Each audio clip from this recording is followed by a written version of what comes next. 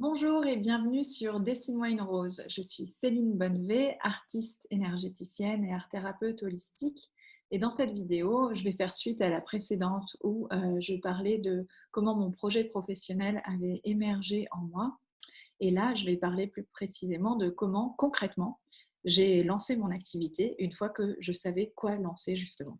Donc pour revenir juste brièvement sur ce que je disais dans la vidéo précédente, de l'importance de laisser en fait votre projet professionnel émerger parce que ça va vous permettre d'avoir un projet professionnel qui vous ressemble et qui porte en fait votre vibration unique et qui, il y a plein de gens qui font de l'art-thérapie. Moi, je ne suis pas du tout la seule en France à faire de l'art-thérapie et de la sophrologie et à allier les deux. Et pourtant, la façon dont je le fais, c'est parfaitement unique. Et c'est parfaitement unique parce que le fait que je devienne mère en plein milieu de ma reconversion et de mes formations, ont fait que plus que jamais, accompagner les femmes, accompagner les enfants et les familles est devenu super important pour moi. Ça a fait aussi que pendant que j'étais enceinte, eh bien, mes capacités extrasensorielles se sont développées à vitesse grand V. Et du coup, j'ai eu cette médiumnité qui est arrivée et dont, bah voilà, qui a fait partie intégrante de moi. Et je n'avais pas imaginé 2 ans ou 3 ans plus tôt que j'aurais une approche spirituelle. Mais alors, pas de cette manière, c'est-à-dire qu'avec des croyances et des conceptions de la vie, oui, mais je veux dire concrètement dans mes capacités, moi en tant que médium, non, ça je ne l'imaginais pas du tout. Et ça a été aussi un choix de l'intégrer et de faire mon coming out spirituel et de l'intégrer dans ma pratique, quitte à être traité d'illuminé et que plein de gens ne viennent pas chez moi parce que bah, ils ne collent pas à ça, ça leur parle pas. Mais voilà, ça a été quand même important pour moi d'être pleinement moi-même et du coup d'assumer ça. Et bah, c'est le fait de devenir maman qui m'a permis ça parce que c'est arrivé dans ma vie. Le fait aussi que du coup, bah, je change complètement ma pratique et que je développe cette méthode holistique analytique, énergétique, intuitive et que du coup je devienne formatrice parce que la méthode que je m'étais créée juste pour moi, pour avoir une approche et une pratique qui me ressemble, bah, finalement intéresse plein de gens et que du coup je forme aujourd'hui des art thérapeutes en devenir ou déjà en activité à cette méthode holistique. Et ensuite que je sois artiste guérisseuse de par justement mes channeling et cette capacité à canaliser et à transmettre des énergies d'autres dimensions, et ben ça effectivement c'est venu avec la médiumnité et j'en avais pas la moindre anticipation avant. Donc moi il se trouve que moi c'est un bébé qui est arrivé, qui a chamboulé ma vie pendant ma reconversion, mais vous ça sera autre chose en fait. Et ce que je veux dire c'est que le temps de cette reconversion il est important pour la construction de votre projet professionnel et pour votre propre construction en tant que thérapeute et accompagnant, parce que bien sûr, vous devenez une personne en fait, quand je parle de personne, je parle d'avatar, je parle de personnage, et en fait, oui, bien sûr que vous évoluez et vous pouvez changer plus ou moins intensément, mais vous allez changer forcément. Je ne dis pas que les gens qui vous connaissaient ne vont plus vous reconnaître, mais ça peut, ça peut, et ça ne serait pas grave, voilà, c'est comme ça. Mais voilà, vous allez évoluer, et donc bah, c'est important que cette évolution soit surtout personnelle, puisque c'est ça qui va influencer en fait votre projet professionnel. Donc voilà, de l'importance, comme je disais, de laisser aussi, si vous souhaitez pratiquer en ligne, le temps de grandir, de faire grandir une audience et d'avoir des abonnés sur Instagram ou sur Facebook, maintenant ce qui paraissait TikTok. Bon, voilà. Et en tous les cas, de vous faire connaître. Et parce que si, quand vous voulez vous lancer, vous partez de zéro, ça va être dur et ça va être long parce que c'est difficile de partir de zéro et d'avoir une communauté à plusieurs centaines d'abonnés en peu de temps, et en même temps, eh ben, vous avez besoin d'un salaire, et donc c'est aussi votre visibilité qui va faire que les gens vont venir à vous. C'est pas des sciences exactes ce que je dis, on peut très bien s'en sortir avec 300 abonnés et se payer un salaire. Je sais qu'il y a des gens qui l'ont fait, donc ce que je dis est vraiment, c'est pas une vérité absolue. Mais en tous les cas, voilà, je pense que c'est plutôt pas mal de commencer plus tôt. Et en local, bon, moi, j'avais pas le temps parce que, comme je disais, j'étais mère au foyer, mais en local, bah, de commencer dans des associations, à faire du bénévolat, de commencer à développer votre réseau avec des collaborations, des espaces de travail partagés, de cabinets partagés. Il y a de plus en plus de villes où il y a ça. Et voilà, donc même si vous avez déjà un emploi, que vous êtes salarié par ailleurs, le fait que vous soyez en reconversion, essayez quand même au maximum de donner vie à votre futur projet professionnel dans votre présent. Ça, c'est le message clé de la vidéo d'avant, que là, je condense. Et maintenant, ce dont je vais parler, c'est concrètement comment moi, j'ai lancé mon activité c'est-à-dire que quand j'étais prête à travailler 4 jours plein par semaine, enfin plein, je vais chercher ma fille à 4h30, mais voilà, 4 jours par semaine, et ben, quand j'avais ces 4 jours de libre, comment j'ai fait? L'avantage, je le redis, c'est que tout était prêt. Mon site web était prêt, mes réseaux sociaux étaient prêts, ma carte de visite était prête, mes flyers étaient prêts, etc. Donc ça, c'était l'avantage d'avoir préparé avant, et c'est ce que je vous conseille. Après, l'essentiel, c'est de vous rendre visible, bien sûr. Donc, vous rendre visible, sur les réseaux sociaux, vous connaissez la recette, à faire des posts de manière assez régulière, faire des vidéos de manière assez régulière, et puis avoir des événements, hein, parce que concrètement, des posts et des vidéos, mais si derrière vous n'avez rien à proposer, oui, il faut des événements. Donc vous pouvez faire des événements collectifs, des ateliers, des choses comme ça. Et après, selon votre niveau de confiance en vous, voilà, donation libre, gratuit, découverte ou un prix professionnel, voilà, pour vous dégager un salaire. Et puis voilà, des offres avec vos services concrètement, votre projet professionnel que vous avez pu construire. Maintenant, voilà, c'est à disposition, vos séances individuelles, vos séances collectives, etc.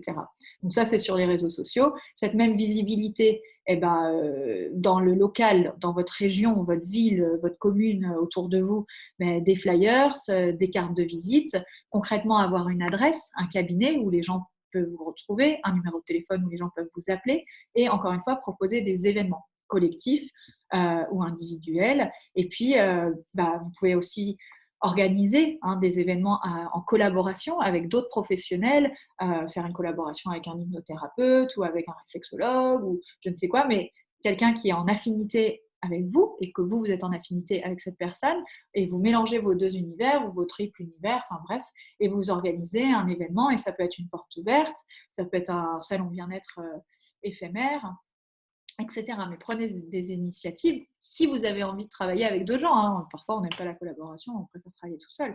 Mais c'est aussi agréable de partager, et moi, j'avoue, j'aime bien. Et de vous rendre aussi visible sur des salons. Il y a des salons du bien-être ou de la thérapie ou du mieux-être assez régulièrement dans pas mal de régions, hein. Ça peut être des petits salons dans des petites communes et des approches très, très locales, hein. Mais c'est sympa, et ça permet de vous faire connaître aussi. Bon, voilà, je dis rien d'exceptionnel, hein, mais c'est quand même important de vous rendre visible. Maintenant, ce qui est essentiel, ce qui fera que même si vous vous rendez visible, ça fera flop s'il n'y a pas l'ingrédient essentiel dont je vais vous parler maintenant. Ce qui est essentiel, c'est la vibration, ce que vous émettez.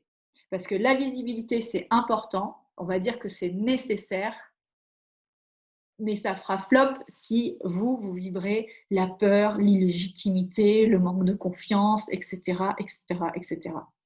Et à l'inverse, si vous vibrez la joie, la légitimité, la confiance en vous, la passion de contribuer, etc., même si vous êtes nul en visibilité, ça marchera quand même mieux. Mais bon, c'est quand même mieux d'allier les deux. Mais voilà, il y en a, ils sont pas forcément très bons à se rendre visibles parce que le marketing ou la com, c'est pas leur truc. Mais par contre, ils sont tellement ancrés et ils sont tellement puissants dans leur rayonnement que les gens, ils les trouvent. Donc, en ayant un pauvre truc sur page jaune, et voilà. Donc, du coup, voilà, à prioriser, la vibration, c'est le plus important. Et qu'est-ce que c'est que la vibration? C'est ce que je vous ai dit, c'est vraiment vibrer, hein, vibrer la joie de pratiquer votre métier et de transmettre et d'accompagner et d'aider cette conviction de cœur, hein, qu'on appelle l'alignement, qui est hyper importante. C'est la confiance en vous, dans votre capacité à être juste, à être utile, à être riche et vraiment à contribuer. Et donc, du coup, c'est le sentiment de légitimité et à être exactement à votre juste place et que tout est parfait. Et ça,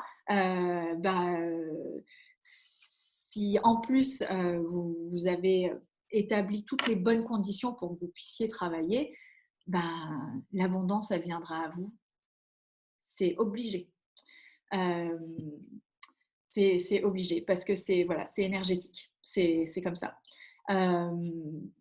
Après, vous allez peut-être me dire, oui, c'est bien facile, mais enfin bon, c'est pas parce que je choisis de vibrer la joie, je choisis de vibrer la légitimité, je choisis de vibrer la confiance que j'y arrive, parce que j'ai quand même, il se trouve, pas confiance en moi, j'ai quand même peur de pas y arriver, j'ai quand même peur de pas me faire assez d'argent et de pas faire un chiffre d'affaires honnête, etc., etc. Bon, alors ça, je vous le dis, bien sûr que il est important de sécuriser votre périmètre et de vous mettre dans de bonnes conditions. C'est sûr qu'il y a des peurs qui peuvent être légitimes dans le sens où si vous n'avez plus de droit au chômage, que vous n'avez pas de job et que vous avez le couteau sur la gorge pour vous faire 1000 euros ou 1500 euros de chiffre d'affaires le premier mois parce qu'il n'y a aucun filet de sauvetage, filet de sécurité derrière, oui, je comprends que vous ayez la goutte au front, je l'aurais aussi en fait. C'est parce que c'est irréaliste en fait comme objectif et vous vous êtes mis dans une situation bien compliquée. L'idée, c'est justement de ne pas se mettre dans cette situation compliquée, donc de vous mettre dans des bonnes conditions qui ne génèrent pas la peur et l'insécurité. Donc, comme je vous ai dit, avoir un job à temps partiel, qui sécurise un minimum de revenus, avoir déjà son site de prêt, avoir tout ça. Bon, je ne vais pas tout redire, mais voilà. Donc déjà, ce qui est important avant de se lancer, c'est d'avoir construit les conditions favorables au lancement de votre activité. Maintenant, si quand toutes les conditions sont favorables, vous avez quand même peur, vous n'avez quand même pas confiance en vous et vous vous sentez quand même illégitime, là, on est face à un souci de mindset, de croyance. Et donc ça, c'est vous faire accompagner.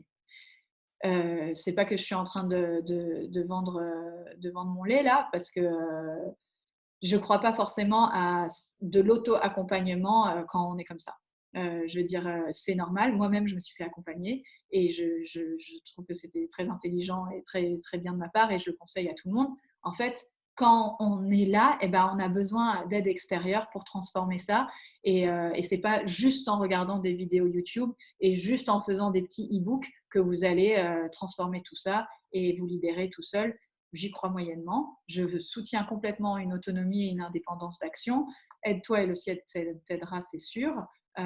Mais voilà, parfois, quand même, passer par une tierce personne, c'est aussi s'aider soi-même que demander de l'aide à l'extérieur.